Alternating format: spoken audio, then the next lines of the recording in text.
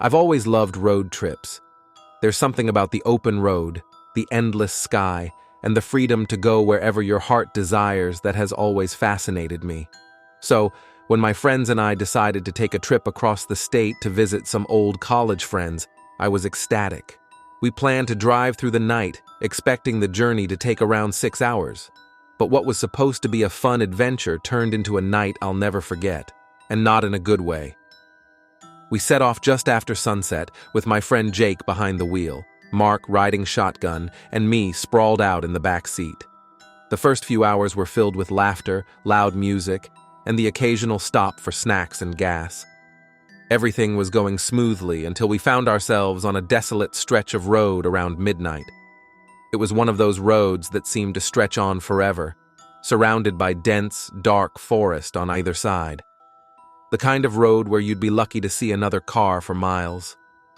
We were somewhere in the middle of nowhere when our car started making strange noises, a sputtering sound, followed by a loud bang. Jake pulled over to the side of the road, and we all got out to check what was wrong. The hood was up, and Jake was muttering curses under his breath. "It's the engine," he said, shaking his head. "We're not going anywhere tonight." Mark suggested calling for help, but we quickly realized we had no cell reception. Panic started to set in as we stood there, stranded in the middle of nowhere, with no way to contact anyone. "Maybe we should just wait until morning," I suggested, trying to keep my voice steady. "Someone's bound to come by eventually." Reluctantly, we all agreed and climbed back into the car, trying to make ourselves comfortable. The minutes turned into hours, and the oppressive darkness outside seemed to creep closer. It was then that we noticed the strange things. At first, it was just small noises, twigs snapping, leaves rustling. We tried to brush it off as animals in the forest, but then the noises grew louder and more distinct. Footsteps. Slow, deliberate footsteps, circling the car. Jake and Mark were both wide-eyed with fear, and I could feel my heart pounding in my chest. "Do you hear that?" I whispered. They nodded, their faces pale in the dim light. We locked the doors and tried to peer out into the darkness, but we couldn't see anything beyond the beam of the headlights. The footsteps stopped, and for a moment, everything was eerily silent. Then, out of nowhere, a loud bang echoed from the rear of the car. We all jumped, and Mark turned around, his voice trembling. "What the hell was that?" "I don't know," Jake replied, his voice barely above a whisper. "But I'm not getting out to check." We sat there, frozen in fear, as more bangs followed, coming from different directions around the car. It was as if something, or someone, was trying to scare us. My mind raced with thoughts of what could be out there. Maybe it was a prank, or maybe it was something more sinister. The banging stopped as suddenly as it had started, and an eerie silence fell over us once again. We sat there, too scared to move, too scared to even breathe. It was in that silence that we heard it, a low, guttural growl coming from right outside the car. I turned to look out the window, and that's when I saw it. A face, pressed up against the glass, pale, with hollow eyes and a twisted grin. It was there for only a second before it disappeared, but it was enough to make my blood run cold. "Did you see that?" I gasped, my voice shaking. "What was it?" Jake asked, his eyes wide with terror. "I don't know, but we need to get out of here," I said, my voice urgent. "We can't go anywhere," Mark replied, his voice barely a whisper. "The car's dead." We sat there, paralyzed with fear, as the growling grew louder, closer. It felt like an eternity before the first light of dawn began to break, and the growling stopped. The forest around us seemed to come alive with the sounds of morning, and the terror of the night began to fade. As soon as it was light enough, we got out of the car to survey the damage. The back of the car was covered in deep scratches, and there were strange footprints in the dirt around the car. They looked almost human, but not quite. We didn't wait to find out what had made those prints. With the first sign of cell reception, we called for a tow truck and got out of there as fast as we could. The mechanic who looked at our car couldn't explain the damage. "Looks like something tried to tear your car apart," he said, shaking his head. "But I've never seen anything like it." We never spoke about that night again, but it left a mark on all of us. Whenever I hear about road trips or see a dark, lonely road, I can't help but remember those terrifying hours and wonder what was out there, in the dark, waiting. It was a night that turned a simple road trip into a real-life horror story.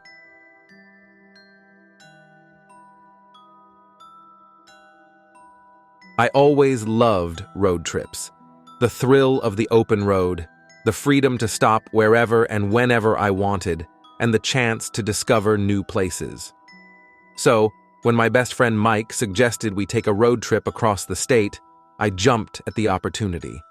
We planned our route meticulously, packing the car with snacks, drinks, and everything we needed for the journey. It was a crisp autumn morning when we set off. The sky was clear, the sun was shining, and the air was filled with the scent of fallen leaves. We drove for hours, stopping occasionally to stretch our legs and take in the scenery.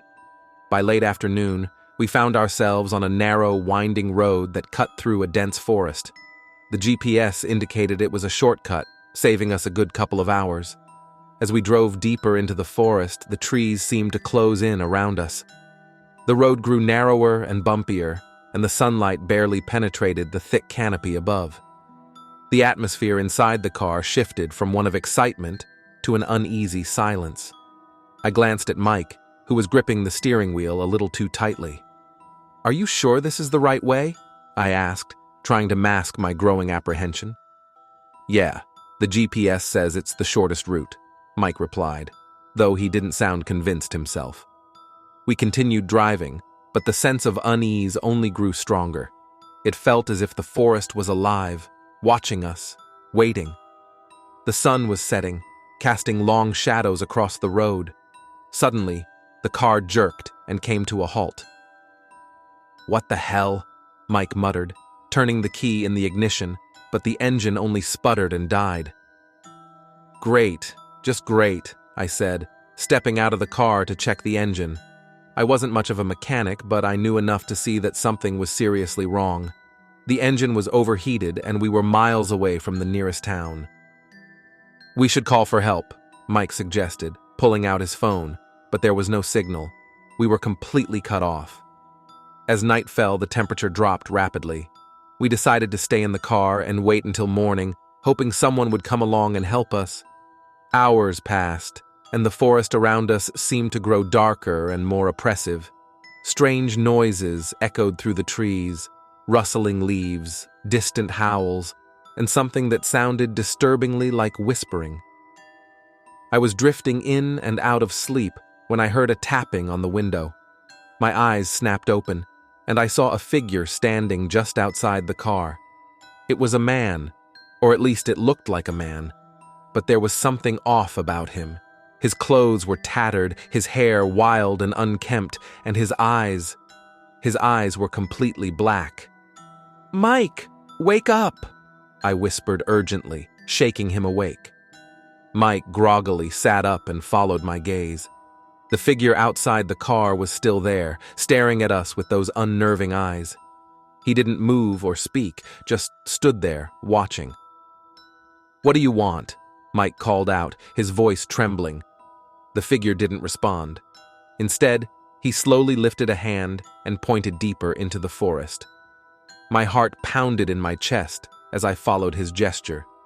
There, in the darkness, I could just make out the faint outline of a dilapidated cabin. "Should we go?"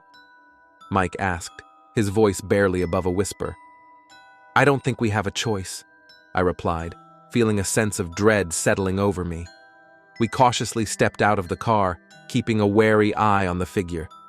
He didn't move, just continued to point towards the cabin. The forest seemed to close in around us as we made our way towards it. The air was thick with tension, and every step felt like it could be our last. The cabin was even more run down up close.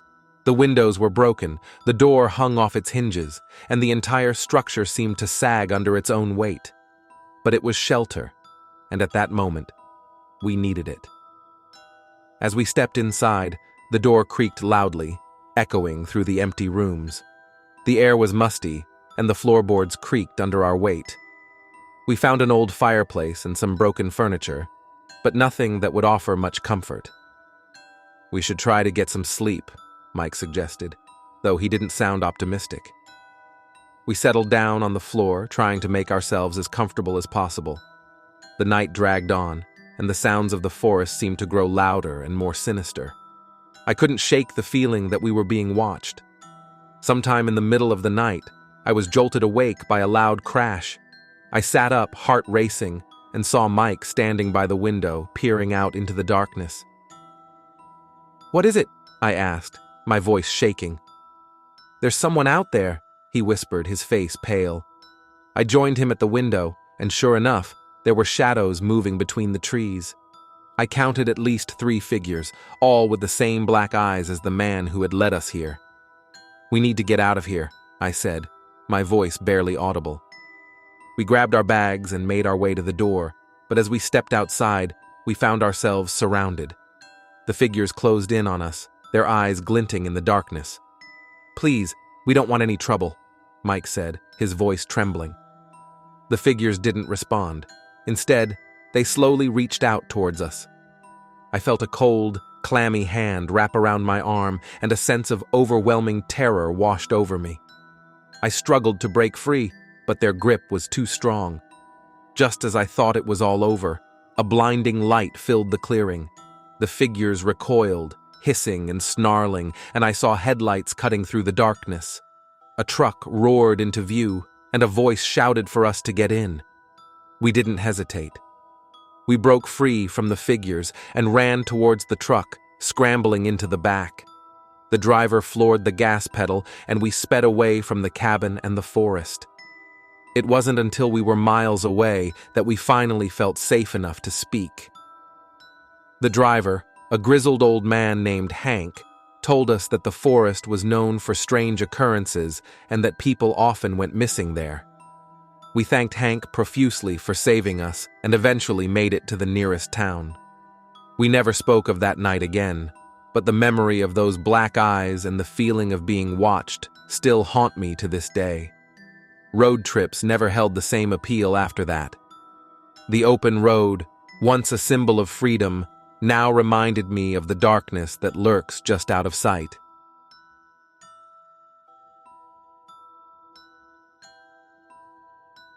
It was a crisp autumn evening when my friends and I decided to take a road trip. We had been planning this for months, yearning for an adventure before winter set in. The group consisted of 4 of us: Dave, the jokester, Sarah, the level-headed one, Mike, the daredevil, and me, Jack, the storyteller. We were all in our early 20s, fresh out of college, and ready for some excitement. Our destination was an old, abandoned town called Ravenswood, about 200 miles from our city. It had been deserted for decades and had a reputation for being haunted. Naturally, this was precisely why we chose it. We wanted to experience the thrill of a ghost town firsthand, and with Halloween just around the corner, it seemed like the perfect time. We piled into my old SUV, loaded with snacks, sleeping bags, and an assortment of flashlights and cameras. The drive started off uneventfully, with laughter and stories filling the car. As we left the city behind and ventured into the countryside, the scenery grew more picturesque. The trees were ablaze with fall colors, and the winding road seemed to promise endless possibilities. However, as dusk fell, a heavy fog rolled in, obscuring our view and casting an eerie pall over everything. The GPS signal became unreliable, and we found ourselves relying on an old printed map Mike had insisted on bringing. The road grew narrower and more desolate with each mile, and an uneasy silence settled over us. "Are we sure this is the right way?" Sarah asked, her voice tinged with worry. "According to the map, we're on track," Mike replied, though he didn't sound entirely convinced. We pressed on, the fog growing thicker, until we could barely see a few feet ahead. Suddenly, the headlights illuminated a figure standing in the middle of the road. I slammed on the brakes, and we screeched to a halt. "What the hell?" Dave exclaimed. It was an old man, dressed in tattered clothes, his face gaunt and eyes hollow. He seemed out of place, like he had stepped out of another time. I rolled down my window cautiously. "Are you okay, sir?"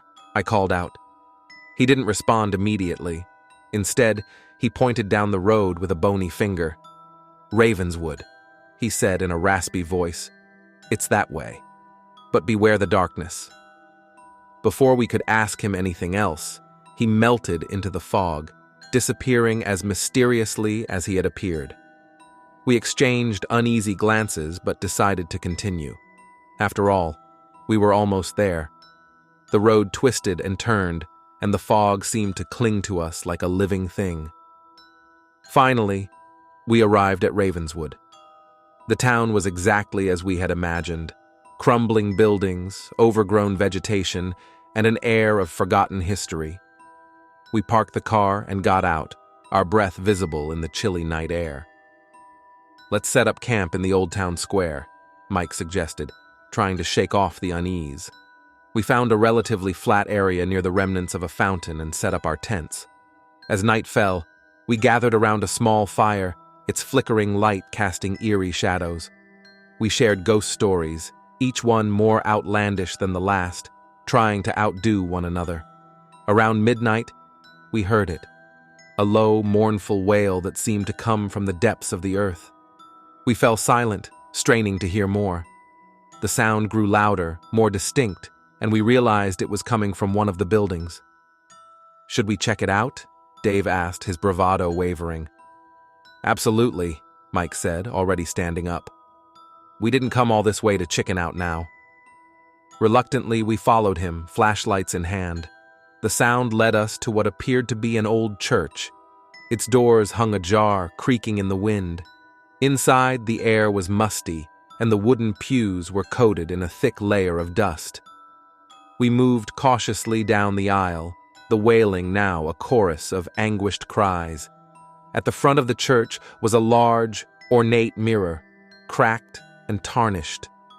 The cries seemed to be emanating from it. We stood transfixed, unable to tear our eyes away.